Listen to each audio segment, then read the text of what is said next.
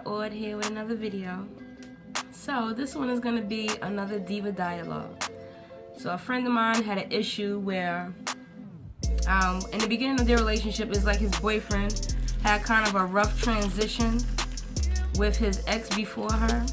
So it was a whole big dramatic story. So let's get into this Diva Dialogue.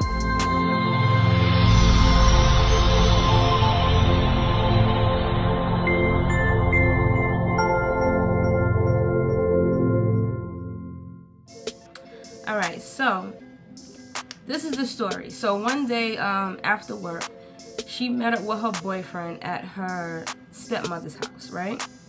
So when she gets there, normal day, everything's fine.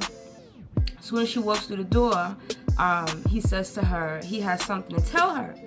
So she's like, okay, you know, she's not thinking nothing of it. Nothing happened, everything's fine. So she's like, all right, what's up? He's like, out of nowhere, just dropped a bomb on her. His ex-girlfriend claims that she's 6 months pregnant with twins. So clearly, that sends her into a complete frenzy. She doesn't know what to think. She doesn't know what to do. So she hit him. Now, I don't condone that at all, but it was her knee-jerk reaction. The first thing she do was hit him in his face, and that's exactly what she did. So he's trying to explain to her the whole situation, how it happened. So he says to her that apparently when they had broken up months earlier, she kept texting him. He didn't know anything about a pregnancy or anything, but she kept texting him.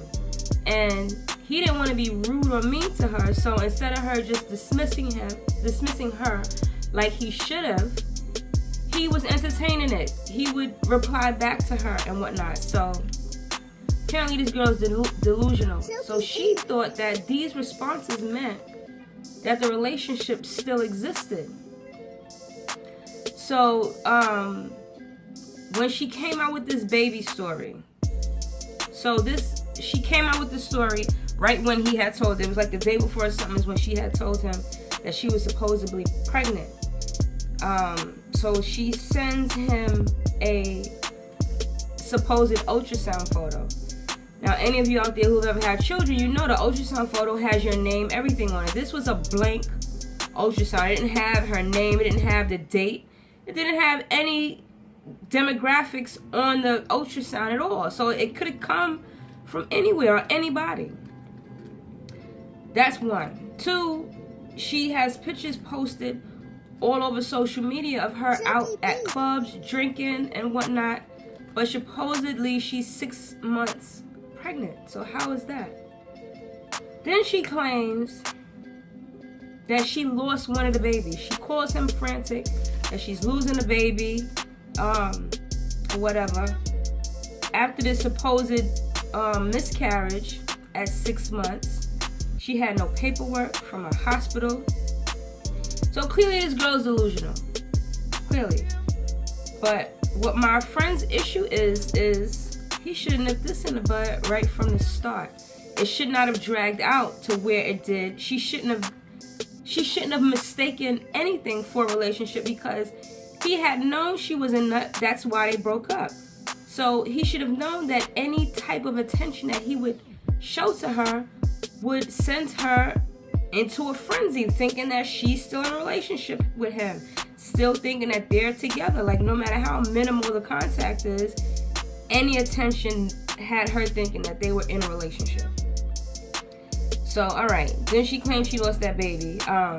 Then a few weeks later, she shows up at my friend's house.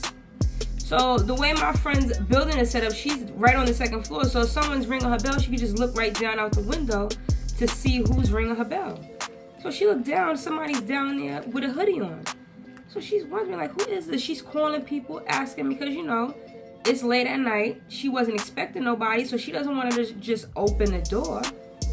So she's calling around. She calls her boyfriend also, and it's like, are you downstairs? Like, you know, what's going on here? So he's like, no. So she goes down. It's this girl. So apparently she wants to talk. She wants to talk about whatever, but my homegirl wasn't feeling it. She flipped on a girl. They ended up having a little scuffle. The cops ended up being called. Now, mind you, this girl is a police officer. Look who that got out there serving and protecting us. Right? So, fortunately, this night didn't end worse because the girl was drunk. That's number one. And she had her service pistol with her. So this could have ended horribly. This could have ended in a freaking murder case. On either end, whoever would have grabbed the gun, you know? So luckily, none of that happened. So fast forward to today. The girl has continued to call and text him, to call and to call her. Both of them from different, they blocked her phone number. Now she's calling from other numbers. Because you know you can download these apps with a different number you're calling from or texting from. So she's doing that. She's calling blocked. She's just doing the most. She's literally some kind of nut because now she's on administrative leave from her job and everything.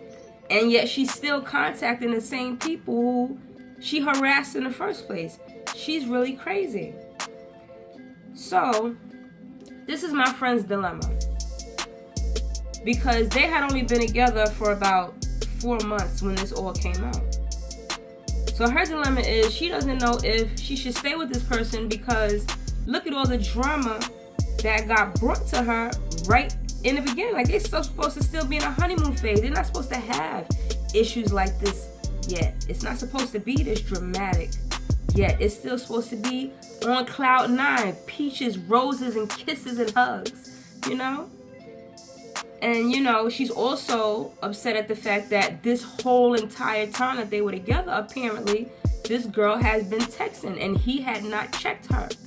He didn't just say to her, you know, listen, you can't, this is what he was supposed to do. In my opinion, this is my advice to him, to not ever let that happen again. Because at the end of the day, once you step foot into a next relationship, you're supposed to dead all contact with that previous girl. Unless you got kids, or something like that, you're supposed to dead all of that with that previous person. Cut it right then and there. That's it. Like a Band-Aid, you rip it right off. You don't drag it out. Because unfortunately, there's a lot of women who take tiny bits of attention. Oh, all right, I'm gonna get him back. I'm gonna get him back. Oh, he texts me back. Oh, he still loves me. Oh, he's still into me. Just he could just reply back with one word. It could just be okay. And a nut is going to take that as love and affection and caring, unfortunately. That's just how some women work. People in general, there's men out there who are like that as well. So, she just doesn't know if this has turned her off. Because, you know, in 4 months, it's not like you're necessarily in love yet. You're still in the honeymoon phase. You're still in lust. And so it's like, now I got all this drama to deal with this nut. She's showing up at my house. She's doing this, she's doing that. So my homegirl is thinking like, what should I do? Should I be with this person? Because clearly he doesn't handle situations properly. Because even if he was just texting her to ease the transition, why didn't he tell his girlfriend? All he had to do was say to her, look, this girl is continuously texting me and I don't know what to do. They could have solved the problem together as a couple, as opposed to him doing the most all by himself and then ending up in a situation where now you have a nut showing up at everyone's house, calling everybody, not just them two either, calling his family members, his parents, all kinds of craziness. Hitting up everybody trying to get back in his good graces. She literally thought that they were still in a relationship until the moment that that's another thing. He never really told her that he had a girlfriend. He was just telling her that they wasn't together, but he wasn't saying that he moved on. So she was still under the impression that they were still in a relationship, even though, well, he says they weren't seeing each other. He says that it was only reduced to like one-word responses and whatnot with her. But look at how that ended up. So at the end of the day, nobody knows the whole truth but the people who are involved. And at the end of the day, it just seems like there was a little bit more than what he's saying. I'm not necessarily saying he did anything quote unquote wrong, but I think there was more contact than he's letting on because he doesn't want to look worse. So, that's her dilemma. She doesn't know what she should do. In my opinion, if it were me, I'm speaking from my perspective, purely. I'm not saying that she should do this or that she should take my advice. I'm just saying that me personally, after only 4 or 5 months, I would get out of that relationship.